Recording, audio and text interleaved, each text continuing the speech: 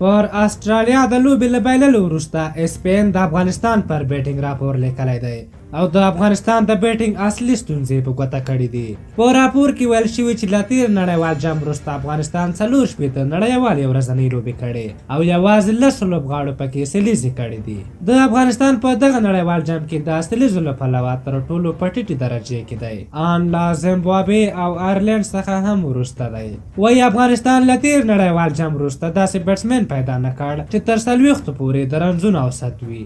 افغانستان یوازې 4 لوبغاړي لري چې تر 10 د رنزونو اوسط رسیږي. په دې کې یو هم شهزاد دی، وایي هغه بیټینګ کې د تفریح لپاره جوړ شوی، نه د ډیرو رنزونو لپاره. حضرت الله زازي لوبې کمې او اورېجې هم 0 دی. رحمت شاه په ټول ټیم کې په یو ورځنیو لوبو کې او غټو اننګزونو کې یوازینی معیاري افغان لوبغاړی بلل شوی چې 38 اورېج لري او له تېر نړیوال جام وروسته 4 سلیزې هم کړي دي.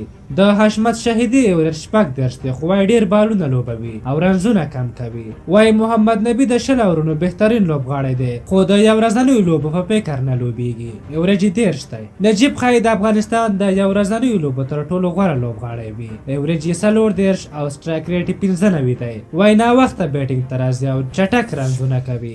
راپور وایي افغانستان بالینګ ته په کتو ښایي 250 پلس هغه هدف وي چې افغانستان یې بل ټیم ته وټاکي. وایي افغانستان د 20 اورونو ښه ټیم دی، خو ستونزه دا ده چې په یو ورځنیو لوبو کې هم د 20 اورونو په فکر لوبیږي چې ډېر وخت یې نتیجه منفي وي. وایي داسې ښکاري چې د افغانستان بیټسمینان دلته په نړیوال جام کې ښه وخت تېر کړي، خو ډېر وخت به پاتې نشي. تاسو په نظر د افغانستان د بیټینګ لویه کمزورتیا په څه کې ده؟ خپل نظر مو راته په کومنټ کې ولیکئ. که زموږ دغه ویډیو مو خوښه شوې وي ضرور یې لایک کړئ. تر بلې ویډیو مو په لیو بخښونکي خدای سپارم. د الله په امان.